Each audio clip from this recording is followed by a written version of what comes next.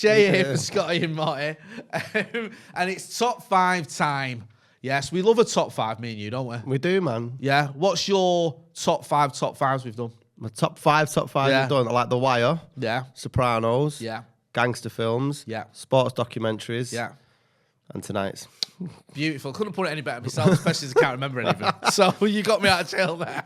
Now, tonight's one is, as it says on the tin there, top 5 dinner guests. So this is anyone living or dead.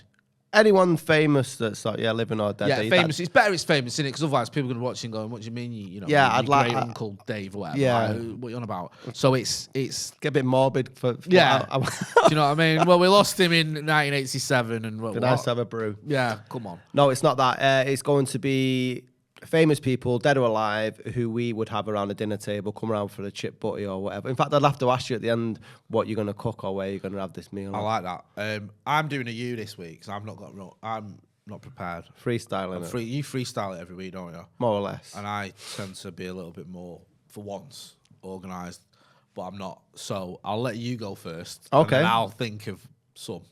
Right. I've got one. You've got one. In fact, I've got 2. So it's going to be an intimate setting at Motty's house. Yeah, I've got 2. It's me and two iconic people at the moment. But I'll let you go first because you've got your list. You're like Ross in Friends with your laminated list. You don't know what that means, do you? Thank you very much. No idea. Do you like Friends? It's all right. Like I think it gets a bad rap. Everyone hates Friends now, and they go, "It's rubbish." I thought it's not. It's quite funny. Do you know what I mean? It was harmless. Yeah. I never now realised, it's like it's quite cool, for want of a better expression, to hate it. I never realised how the lack of diversity in Friends until I've watched it recently. It's very white. But do you not think that's fairly accurate? Would those group of people be hanging around with black people? Well, doesn't Ross have a black girlfriend in it? Yeah, see what I mean? Yeah. Yeah. One slipped through the net in season 5. Until the producers went, whoa, right here. Yeah, they actually use that as like a watermark. There's a watermark. Watershed moment. Yeah. Is when culture started getting a little bit more accepting. Was when Ross got a black girlfriend. That's it. The history books will show. Like guess who's coming to dinner? Yeah. For the 90s generation. There's a reference to people. Yeah, there you go. There's a modern reference. No, it wasn't very diverse, and you know they did have different sort of backgrounds, different people, but the main characters are all sort of white people. But I guess again that rang true for me for those people to hang around with each other. Yeah. Do you know what I mean? Rather than crowbarring. Yeah, crowbarring. You know what? They need more ethnic friends. Is that? Yeah, like Will Smith's the mate now, and he's in it every week. And it's like, whether you know what I mean. It's like it didn't ring true. So I get it, and I'm all about diversity, and especially in the mainstream programs. I think sometimes it gets too ignored. But I think of its time and the sort of setting and that, it kind of made sense. Yeah, and speaking of friends, we'll get to the friends that I'll invite around for tea. Nice segue. See Professional. I like that. Right, so my first one I'm going to go for, I mentioned him in the last podcast, a quote from him, someone that I've admired tragically after he committed suicide. Right. And that's the chef Anthony Bourdain. Absolutely idolised the man. He's just his travel documentaries is like just really broke the mold. You know, when you watch people going abroad and cooking and stuff, it's just so bland. He really got down and sort of like got involved with the local cultures and communities and stuff. And it's just a fascinating character. It's cool as fuck as well, mate. Is it Parts Unknown? Yeah, there's Parts Unknown. There was loads. There was like the layover where he did like. You said you're going to Copenhagen for 9 hours. He literally spent like half a day in a city and tried to sort of get to what the local restaurants were. And that's what the first seasons started more about the food, but he was getting more into himself as a presenter, and then it became more about like social commentary, going to sort of really like random places around the world. He wasn't going. He'd go to like Brazil, but he wouldn't be going to the Copacabana. He'd be going to like the favelas and stuff like that. Really? Yeah. So it's just really sort of down with the and it's experiencing the culture properly. And it was that was how he saw food, is how you get to know people. Do you know what I mean? Because everyone sort of breaks down and talks about like what they've been up to during that day, and I feel a little bit more comfortable around a plate of food. There's one great episode where he meets Barack Obama in like this little backstreet place, having noodles with Barack Obama. It's a fantastic interview and stuff, but he's a massively complex character, carried a lot of demons, struggled with a drug addiction, and then tragically in France, I think June the 25th it is when he hung himself. It was hard, but I didn't get to know him until after he passed away. Right. So why obviously I'd like to sit down. He's a cracking cook as well. You're gonna need a cook at your meal. It's weird because my sort of first experience with Anthony Bourdain was his cameo in The Big Short, which is one of my favourite films, and he plays himself in that, explaining. I think he's explaining what sort of something around debts and what a CND or whatever it's called. I can't remember the name of it, but he's explaining about how they sort of put all these debts together. And then at uni, we did these projects where we were advised to sort of watch different travel shows, and this was one of them. Parts of Unknown. I watched a little bit. I want to watch more.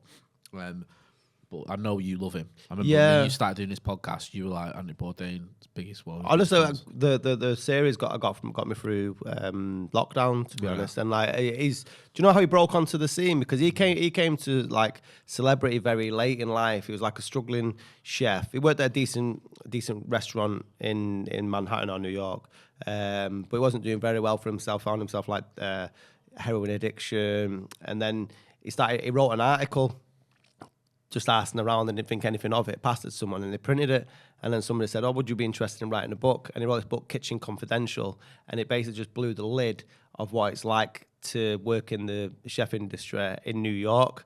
And it was a bestseller within like, I think it was New York Times #1 bestseller that year. Really? And then he just went, so I think it was like probably our age when that happened. So he came to all this very late in life, all the celebrity and stuff. I don't know if that sort of paid like the weight of trying to deal with that later on in life and stuff. And I know like his marriage fell apart, and then the thing that I think that led to his suicide was a relationship that fell apart and stuff. But just to see how he interacted with so many different people from so many different cultures it's just incredible. I've never seen anyone on screen have that amount of empathy and not judging anybody. Like he just allowed everybody else to be themselves. It's just fascinating just from a documentary point of view as well. It's amazing. Does that add to it as well? This sort of the tragicness of it, the flawed hero, if you will, if that's the right word. Does that add to it, or is it just that almost an aside? No, I mean, and I don't know if this says more about me. I'm always attracted to people like that. No, I agree. For better or for worse, I always find myself. I like people who wear their scars are not ashamed to sort of say, "All right, I'm feeling a little bit this way or that way." Because more people will identify with you, and that's how I always find, like, I'm always attracted to that. No, you make a great point, and I know I keep saying this, but I do want to see more of his stuff. From what I've seen, really likable guy. Obviously, there's a backstory there and everything, but just as a sort of pure entertainment point of view and educational point of view as well, going to these parts unknown and experience it on the ground floor, as it were, with these different cultures and not. I love that as well because. Sometimes you watch travel programs, a documentary, and there's always that sort of air of superiority that's in some of them. Like, you know what I mean? Like you're looking down on the subjects, and you ain't got out from what I've seen, and you know better. No, not at all. A lot of travel documentaries or food documentaries, and they go abroad. It's all like, here's rich white Westerner, coming into like, all right, let's look how these little people are doing, and that's very much what it is. But he's so humble the way he sort of approaches it, and very respectful. And like he always tries everything. I think he was with the Maasai warriors in Africa, where they're piercing the cow and they drink the blood, and he's doing all that. And he's never turned anyway because it's rude, isn't it? You know what I mean? That's how much he immersed himself in that sort of culture. So he definitely, if he comes around here, he'd have a chip gravy bar. Absolutely no qualms. I love that, and I do want to see more of his stuff. And hopefully, people who are watching, if you know a lot about him, get involved in the comments, let us know. And if you don't, then give us then go and check out some of his stuff, like Scott is saying there, because it's all available online, isn't it? Well, it was. I think last Thursday, Netflix pulled, I think it was 12 seasons, pulled Parts Unknown off Netflix. Right. So I have no idea. That I was talking about it online to somebody. I don't know if it's available on Prime and stuff like that. But I mean, you'd be able to source them out. Honestly, fantastic, compelling watching. It's a bit annoying, isn't it? Yeah. Do you know what I mean? Like, yeah. All right. Well, yeah. if you can't find it online, then go and find it. For my first one, I'll go with the one who's on the thumbnail there. You didn't pick him, did you? Muhammad Ali. No, I didn't pick Right, because Muhammad I Ali. picked Ali, and then I thought I'd double check that you've not picked him as well. Listen, there's so many documentaries. I had a little bit of fatigue with Muhammad Ali a few years ago because I used to watch so much of his stuff, different documentaries, different programs, different archive footage. Then I just sort of stopped watching it because it was just getting sort of saturated. I was like, constant. I had all this sort of stuff. Do you find yourself when you're doing that, like when you're immersed with a character, like a celebrity, that you'll just, I need to know everything. Yeah, give me all the information now. I want it. Like if you had the Matrix, just plug that shit in, man. And that's what I was like with Ali for about a decade, if not longer. And then I sort of this thing where, you know, there'd be an Ali program and I think I can't, man. I'm done. Like, not with him, but I'm just done with constant. You're knocked out. Yeah. I was nice. Do you know what I mean? And I stopped, and then I started doing it again recently. I started watching. There was a BBC series on him, and you know, I watched When We Were Kings again, which is one of my favorite documentaries. And the thing I love about Ali is it's like 8 different lives into one. It's like so many different stories into one person. You've got this story of this guy who, you know, was a youngster in Kentucky, and he became the Olympic gold medalist at the Rome Olympics, I think it was. That's a story in itself, you know, him learning to fight because someone nicked his bicycle and all that sort of stuff, and you know, there's a great story there. Then you've got this guy who upset the odds to become the heavyweight champion in a different style as well, and he was so brash and cocky, and the style of fighter he was just, you know, like float like a butterfly and all that sort of stuff. And then you've got the other part of him where he refused to go to Vietnam. He goes against the grain. He's a member of the Black Muslims, sacrifices everything because of his beliefs. You know, that stubbornness. It's just ridiculous. Then after that, when he gets, you know, the right to fight again, you've got the fact that he sort of comes back, loses to Joe Frazier. People think maybe he's done, and then beats George Foreman in Rumble in the Jungle. And it's like, you know, this is just all this is going on for this one person. And then you've got the other tragic bit after all that as well, where he obviously suffers from Parkinson's in later life. You remember I think you spoke about the Atlanta Olympic ceremony where he's lighting a flame. Yeah. At one point it looked like he wasn't going to be able to do it, and then he did it. And it's just a fascinating character and someone who everyone seems to admire, you know, whether it doesn't matter what background you're from, everyone knows who Muhammad Ali is and was and you know, has that reverence for him. And he's so much more than just a boxer. So it undersells him so much, doesn't he's it? not like, oh, he's a boxer, he used to be heavyweight champion of the world. No, you can say that about anyone. Not anyone, but, you know, you can say that about any boxing heavyweight champion. That's not telling you what he was about. I mean, this was a guy who, when he didn't go to Vietnam, he didn't have to go and shoot people in the jungle. He could have just gone and given, like, Joe Louis was fought in the Second World War, he didn't fight. Yeah. Or after the Second World War. Nice office job. Yeah, he just went and did route troops, speeches to troops or training, whatever. It's sort of, you know, it's an principled, wasn't it? Yeah, and he said, I'm not going to do that. I'm not going. Do you know what I mean? And like, he stuck by that. We never saw him in his prime as a fighter because for 3.5 years he was banned from fighting. Took away his passport so he couldn't go and fight anywhere else. Horrific, really, the way he was treated. And at one point, like he was going to go to prison. Didn't. People think he's washed up eventually. You know, Joe Frazier beats him, and George Foreman destroys Joe Frazier. So you think Ali's got no chance against him, and he beats him, defies the odds again, just keeps defying the odds. And then you've got that last bit where it's so tragic to watch someone who was so full of life, exuberance. You know, the sort of the quick-witted sort of. It's like such an unfair ending, isn't it? Song to see him deteriorate and to see him in his last sort of few interviews. Well, not few interviews. You know, last 20 years of his life, struggling to speak properly, and it's sad. But for me, he's just one of the all-time iconic people, and you can just imagine sitting down at dinner with him. Yeah, just like the charisma, man. I mean, I don't know if you get a word in edgeways. No, but it'd be great, wouldn't it? Just sit down and listen to him. Just a funny guy. And what I love him When We Were Kings, and I've seen it in a few documentaries.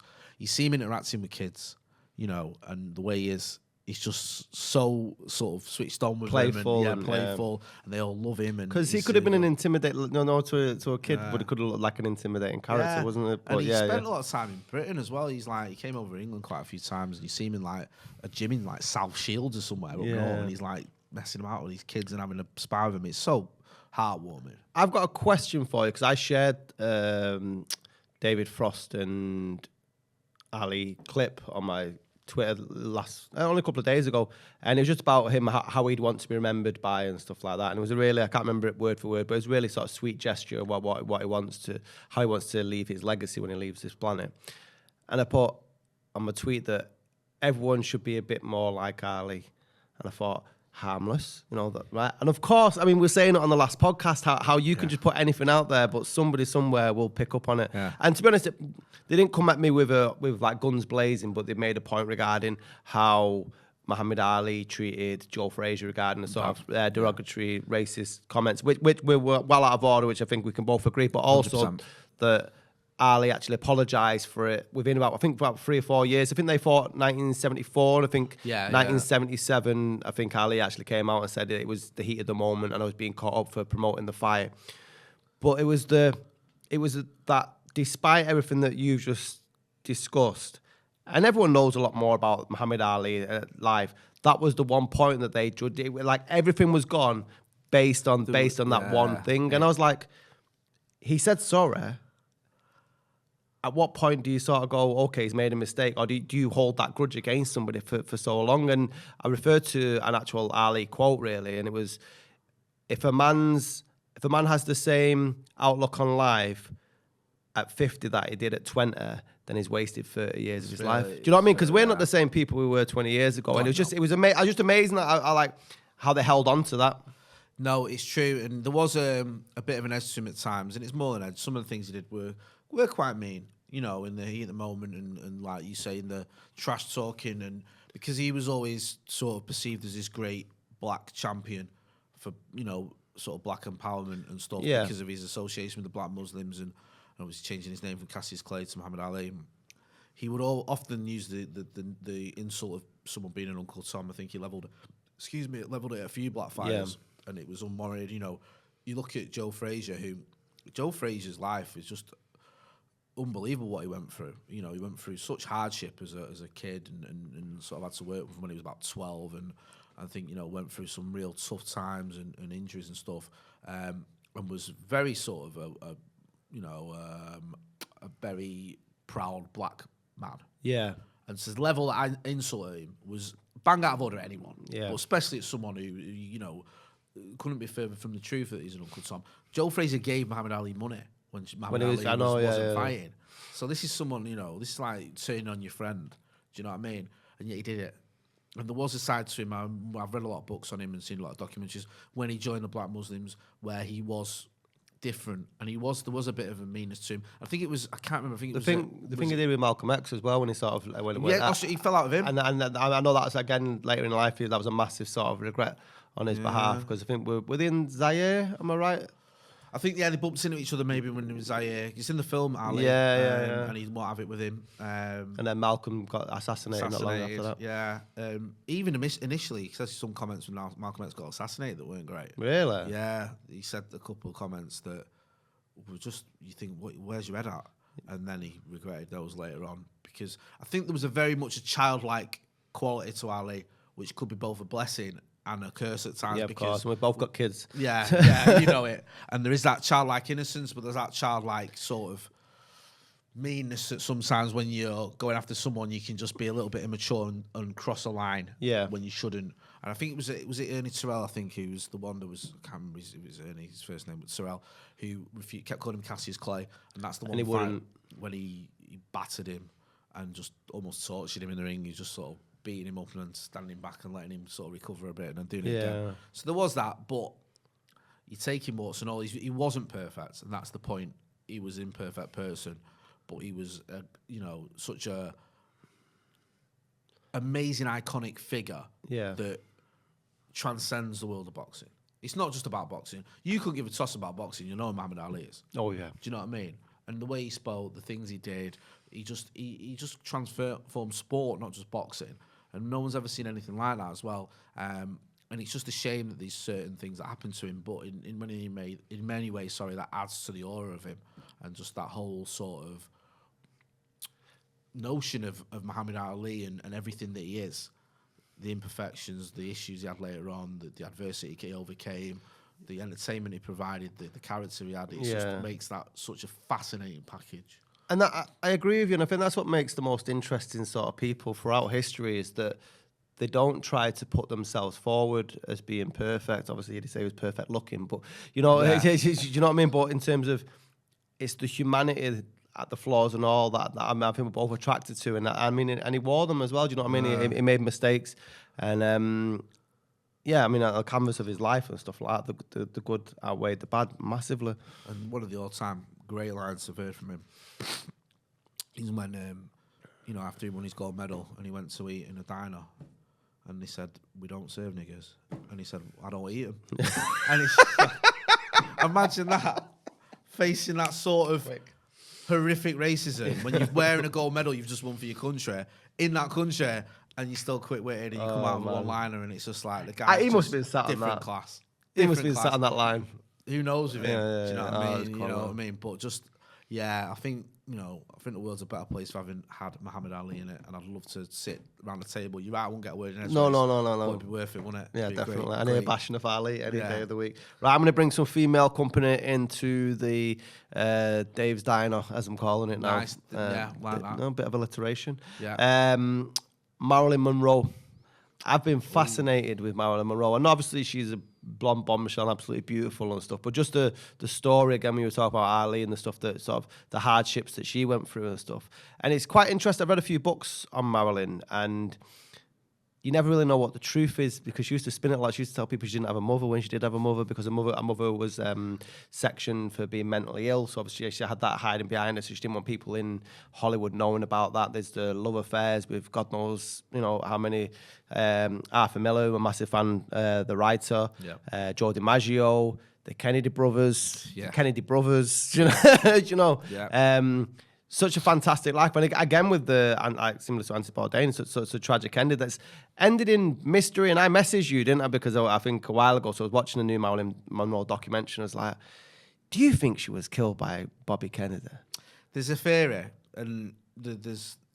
Because he was in LA. Yeah, I don't think, when you say kill, I don't think he personally executed her. But there's a theory that he had her killed, or because she knew a lot about the Kennedys. She'd had these affairs. She was blabbing a lot. She was on pills and drinking a lot. Yeah. And she was threatening to expose certain secrets. And because it's Marilyn Monroe and people listen to her, this isn't just some nobody. She had a pedestal, didn't she? Like no other female actor at the time. And the result, Bobby Kennedy is referred to as the ruthless one out of the Kennedy brothers, where Jack or John F. Kennedy was like the charismatic one, the likable one. Bobby was the one that just didn't take any messing and would do the things that needed to be done. Had very much a mean streak. I like Bobby Kennedy, but he had a mean streak in him. There's a theory that he decided she's got to go.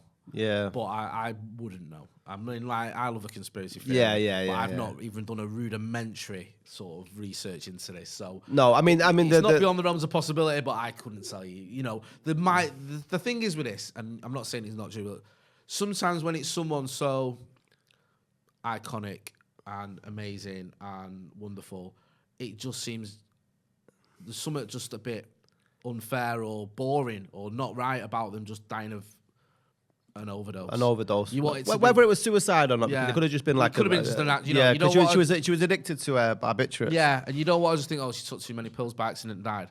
That's not enough. Yeah, it's like, no, she was murdered because she knew this, and it adds to that awe and that intrigue. But she was so clever as well, and that's another thing about people don't understand about Marilyn Monroe. They just see how she looks, and she read like a massive James Joyce fan, loved Einstein. She actually wrote a list, and Einstein was one of the guys she wanted to sleep with. Really? Yeah, and Einstein must have been rocking on 65, 70 about that time. I probably would have given it a go. Right.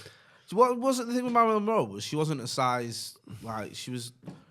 I think you class her as plus size now, wouldn't you? Because she was, she wasn't. It's strange. I mean, she was I'm not.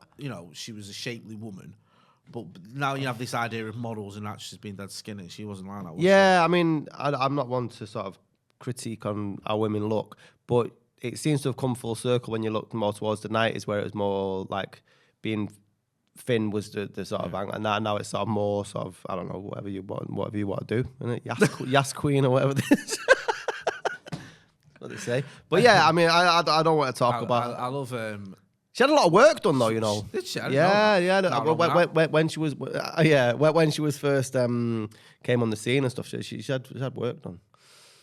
happens to the best of us. One of my favourite films is Some Like It Hot. Yeah. I love that. And I love that Billy Wilder, because he said to Jack Lemmon and Tony Curtis, who's in it, he said, you two, every scene we shoot, every take, you have to be bang on, because when the broad's good, we cut. Because she did a lot of takes when she was just all over. Oh, yeah. So you two better be at the top of your game, because whenever she's good, that's it, that's the take. There's a story about when she was kissing Tony Curtis. I think it's on the last film. The name escapes me. The Misfits.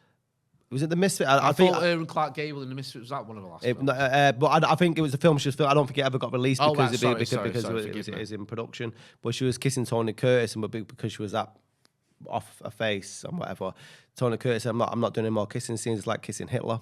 Really? It might have been Some Like It Hot, because that was the film they did together. Yeah. I don't know if she did another one with him, but yeah, she was. It's a shame and it's tragic, because she probably needed someone who was looking out for her. Oh, she was so lost, because there was, when she was 9 or 10, she was in between sort of foster homes or orphan homes. There was reports that somebody who was looking after her had sexually molested her at a young age. Jesus. She struggled with several sort of miscarriages. I think she suffered from something, and she could never get pregnant. And then when I think Arthur Miller divorced her, he got his next girlfriend pregnant within 2 months of leaving Marilyn, and obviously that had an impact on her and stuff. But absolutely fascinating character. And again, it's people just see what she looks like and not really look at the mind behind her. But they can go online and just sort of see Marilyn Monroe's most famous favourite books. I mean, have you ever tried reading James Joyce's Ulysses? That's like one of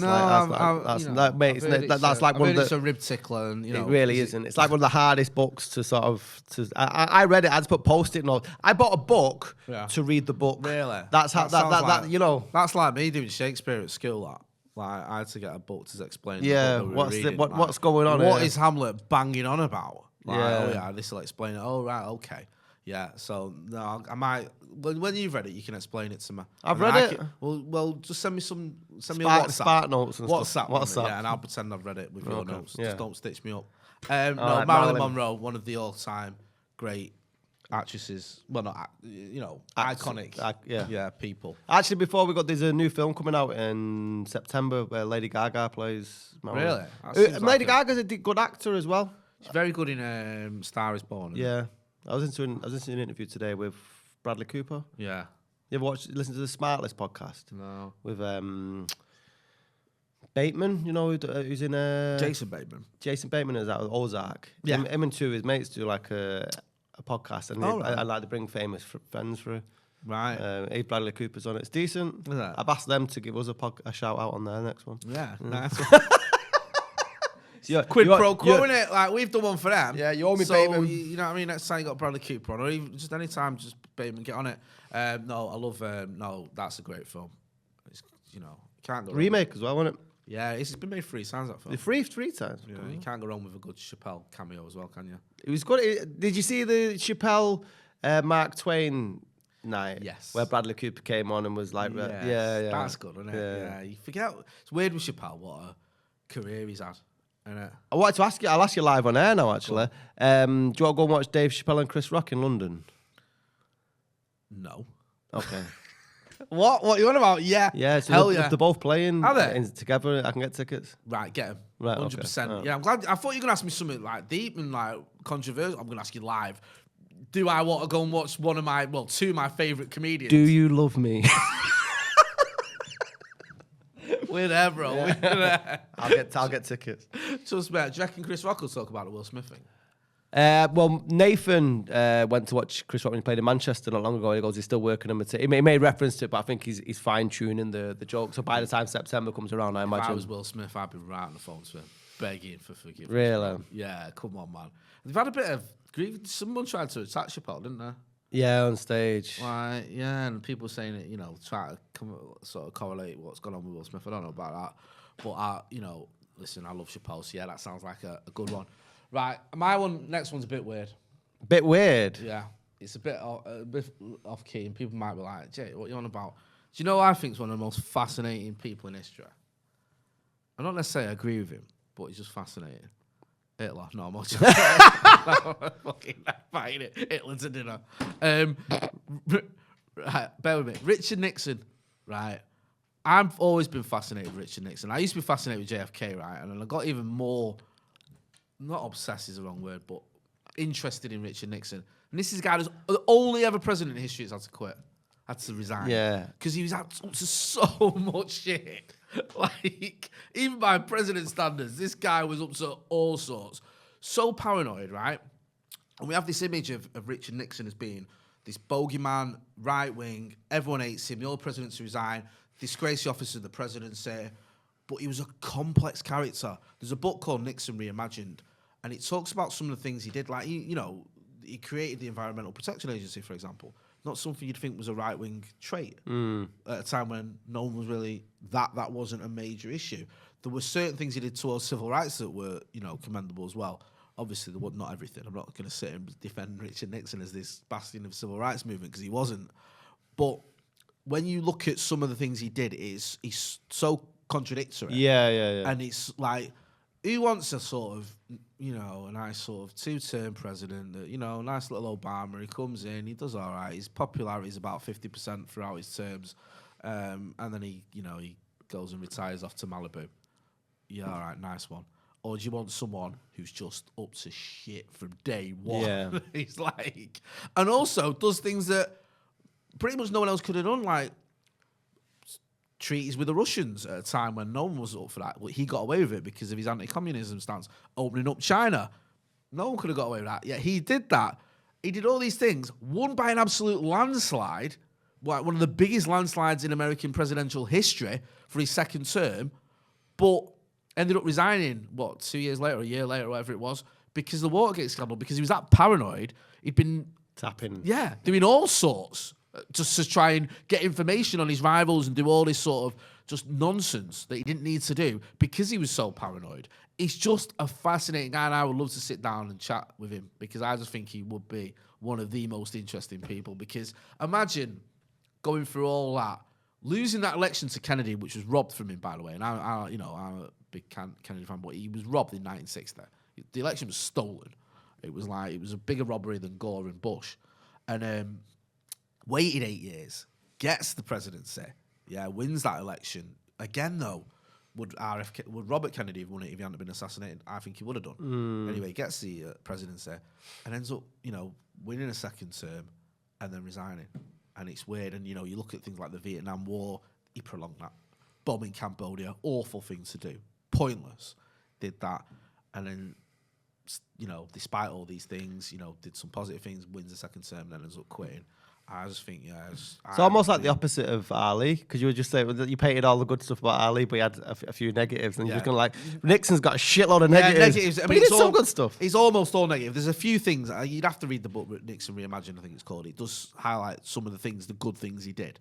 And I think it's weird because now he almost in the post-truth era, you think, okay, if he was here now, he probably wouldn't even stand out as being that bad.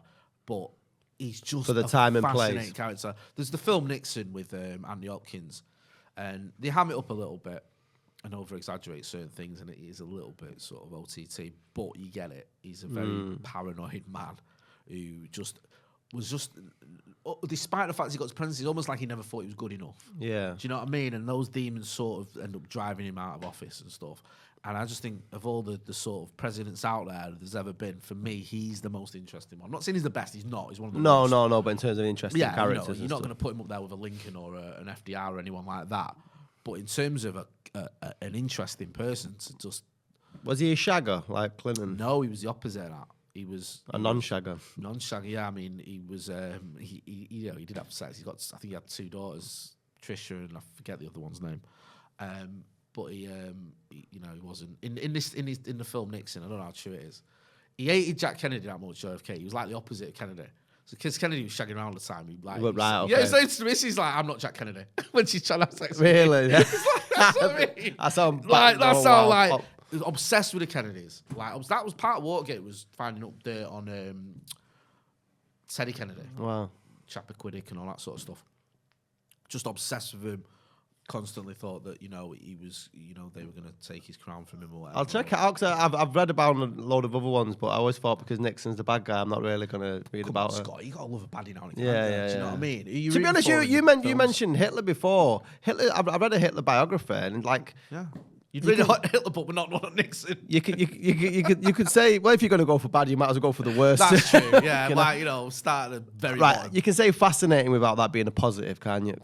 Someone's fascinating doesn't mean you agree with their ideals. I just don't want it being clipped up that I said no. Listen.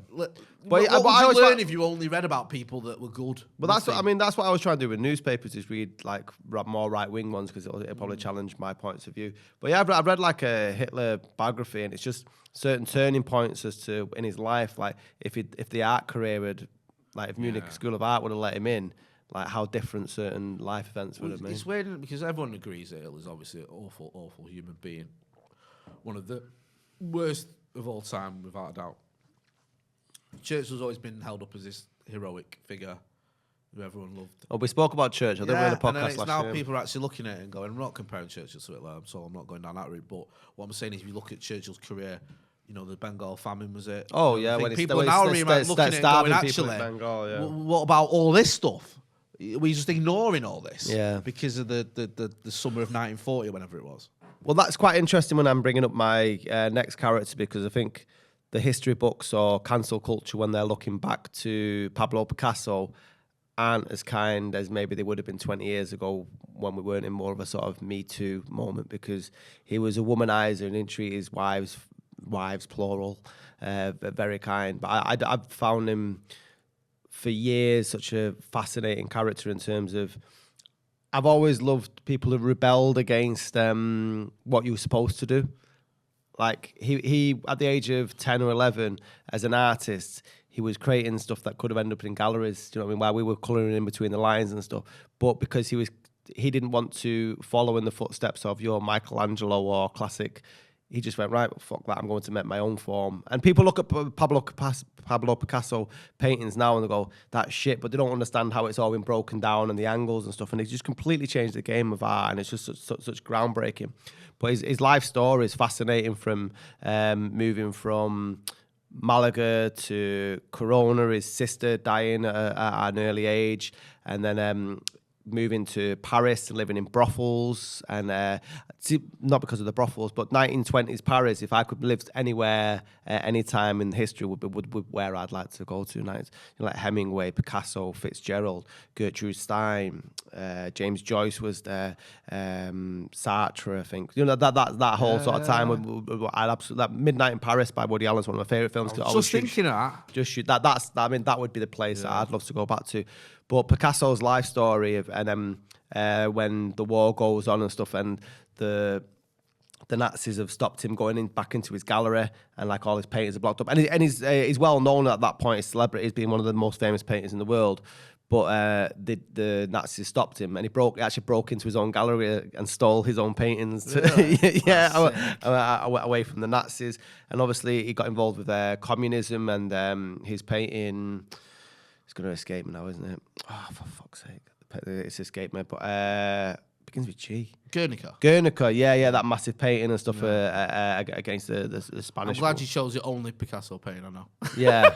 But then there was the womanizing sort of thing, and by his own words, one of his most choice moments was when he was painting in his studio, and he always used to get muses in, and obviously that was ended up having sex with the women that he was painting. And he always saw women, like if you look at the periods of him, like the rose period, the blue period, I think that followed the death of his mate, pink period, and then it was like different woman that sort of influenced each one. Right. But this one scene was where he's in the studio, he's got a woman that he's having sex with, and his wife walks in, and then his wife's gone absolutely mad, and he's turned round to his wife and the girlfriend and like, well, you're just gonna have to fight it out, and then just walked off. And he goes, that was one of my choice moments. I mean, choice moments. That'd be my final moment on planet Earth. Yeah, can you imagine? Murdered. Yeah, I mean, like when we look back now in terms of, you shouldn't be behaving like that now. But I just find him such a amazing character in terms of rebelling against what everyone thought. Just from an artist point of view, I'm massively interested in that. That's how you're supposed to paint. I'm not joking. Check out Picasso's painting at the age of 12. You go, like, holy shit, if my kid could paint like that now, I'd be like quids in. Yeah, he's pretty much gone like that. No, I'm not doing like that. I'm not doing that. Broken his ass, and then just tried looking at new ways of looking at art, and then thankfully it took off, and then he created modernism. such again a fascinating character, but the life as well, not just the talent, personality as well. It just adds to it all. There's a film, funnily enough, I mentioned Nixon with Anthony Hopkins. Anthony Hopkins played him in a film as well, didn't he? Was that young Picasso? Or did he No, I thought he played Picasso as an old man. Yeah, because obviously Anthony Hopkins. Well, Anthony Hopkins was young once. No, yeah, that's a good point. But this was, I think, about 20 years ago. I watched it, maybe a little bit longer. I watched it once years ago. I don't know how sort of. He lived to like 94. You know, he was he was painting up until his last the night before.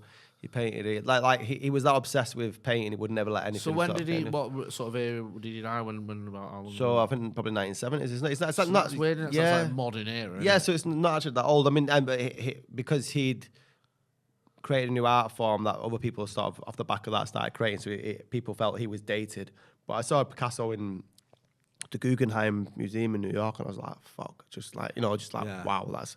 And then I went to Berlin a few years ago. And my mates were all levered in the night out. And I said, where are you going? I said, I'm going home. I'm going to the Picasso Gallery in the morning. I was absolutely obsessed with the bloke. Really? When you were talking before about like just diving in, like honestly, like anything Picasso, I tend to sort of devour. And if I can recommend anything, if you're watching, is the series called Genius, where Antonio Banderas plays him. Ah, right, okay. So that's really good. Yeah. No, I mean, he'd be a fascinating character, obviously. One of the most talented painters ever, but that life and he's a short ass as well, so that was that. Yeah. All right. So no, not at all. Which is amazing. Was, that's something you can aspire to. I don't know if either of them help me out there. Who you bringing around quickly? This might seem a bit left field, but this is one of my favourite actors of all time. It's the great Sidney Poitier. No, it's not. That's an obvious reference there. I was watching one of his films last night, and I thought, you know what? He's made so many good films, and whenever I see him in an interview, I think he's always a fascinating guy. Not fascinating is the wrong word. A likable guy, a very intelligent guy, someone who has a lot of sort of facets to his talents as well. And this might sound so mainstream that people scoff at it, but there's a reason why he's so successful, and that's because of his talent as well. And it's Tom Hanks. I guessed. Yeah, and it is. I was watching Sully last night. The airplane. Yeah, and he plays obviously Captain Sullenberger. And again, I was just thinking, like, you couldn't have got anyone else to do this. Do you know what I mean? Because this is a true hero who did something. If you didn't know, he's the guy that landed his plane on the Hudson River. All 155 passengers and crew survived. It was almost like 1,000,000 to 1 chance that he could have done it, and he did it. And at first, people were questioning whether not at first, but some people questioning it. It turned out he was absolutely right to do it, and if he'd done anything else, they'd have all died. And it was such an heroic thing. But Tom Hanks played him in the film, and you think, who else could you get to play a real life hero than someone like Tom Hanks? And then I went through a stage of watching those different Tom Hanks films. I used to always love his films. And it's weird because sometimes with Tom Hanks, I don't think he quite gets the credit he deserves. Because you go like Denzel Washington, Robert De Niro, Dustin Hoffman, Pacino. Yeah. These are all considered iconic, top, the best actors of all time. Yet, why isn't Tom Hanks in that sort of bracket? Sometimes he is. Sometimes he isn't, because I think people just think because he's so mainstream with a lot of his films. Yeah. But you look at his performance in Philadelphia, for example. That's phenomenal. It's a phenomenal performance. Do you know what I mean? I know he won an Oscar for that. He won an Oscar for Forrest Gump as well. I was watching Forrest Gump the other day. Incredible performance. He's not just an actor who can pick the right roles and get the right roles and get them entertaining films, but also when he is, when you do need someone who's got those acting chops to play these difficult parts on these parts that need to carry the film forward in a different way. He does it, and also. It's weird because you hear this sort of thing with De Niro. Look at the weight he gained and all that in Raging Bull, and rightly so. He's what he put his body through. You mentioned Christian Bale. People always talk about Christian Bale. Tom Hanks has done that for roles. Look at him in Castaway. Castaway, yeah. His weight fluctuates for about 6 stone difference, whatever it is. And I think that he is one of those. It's not just because he's such a good actor. When you see him in interviews, and he's quite a liberal guy as well. Also, he's done directing and he produces. And he produced the Band of Brothers, didn't he? Produced Band of Brothers. I'm glad you mentioned that because I love that series. One of my favourite series. His son's in that, isn't it? Yeah, Colin Hanks is in it. He's an actor as well, obviously. He directed, I think, That Thing You Do. I know he's in Elvis. I think he might have produced that as well, the new Elvis biopic. I think he's done short stories as well. He's done a lot of different things. Yeah. I mean, he's very charismatic. Whenever we're on 45 minutes now. I know we'll have to speed through some of right, these. So we're on 3 each now. Then is it? Yeah. I like Tom Hanks. Did you know? You know what he collects? Is it Aston Villa season ticket stubs? Typewriters. Really? Yeah, that's a bit of a. I know. I saw him on Jonathan Ross, and he's like, where's he typewriters? His gallery's just full of them. Do you reckon his missus like, are you going to shift them typewriters? What are you doing? Have you got a plan with these typewriters? I've been trying to I can't get my car in that garage because you filled it full of typewriters. Right. Okay. So who have I gone for that? We've got 3 each. Have we been a 6-rounded table? Yeah. All right. We've got 6 round the table. Yeah. Top 5, but it's 6. Yeah. Go on. Do you want to do one more? One more. Go on. You do one more then. We can do our own thing. Go on. Okay. I'll let you choose the final one. The final one. Yeah. All right. I'm gonna go with Dave Chappelle. Do you know what? Can I be cheeky and jump on that one with you? You can come round to yours after. Yeah, because I when we were talking about Chappelle, I thought I'd love to sit with Chappelle. Let's get the elephant out of the room out of the way because I think we should. Where do you stand on his latest Netflix special? Because it's upset a lot of people and see people he's been accused of being transphobic. The one, I think he explains himself well when he's sort of setting up the joke throughout it. Yeah, I understand people's take on being upset about it, but what I found on social media was that I didn't even know there was a Netflix special out. I only found out there's a new special because of it's the Barbra Streisand effect, isn't it? When you start complaining about something, it draws attention to it. I'm not saying people don't have the right to complain, right, but it draws attention to it, and then people watch it. But I had people say I'm not even watching it because he's made a trans joke, right? And I was like, so in my mind, I was like, all right, well, what's he said? Is it really that bad? But then it's like, well, how are you not watching it because you don't even know what the joke is? And I found that fascinating. I think with Chappelle, he always pushes those boundaries. I mean, this is a guy, he makes Michael Jackson jokes. He makes jokes about all sorts. And I'm not justifying that, saying that justifies it. But I think when you look at Chappelle's body of work, and he has apologised for certain comments that he's made, and I think he's pushing the boundaries. And when you have got a cutting-edge comedian, sometimes he might overstep them out. But on the whole, I think you're right. When he explains that, I understand the point he's making. I think, for me, Chappelle is the greatest of all time. I agree with you.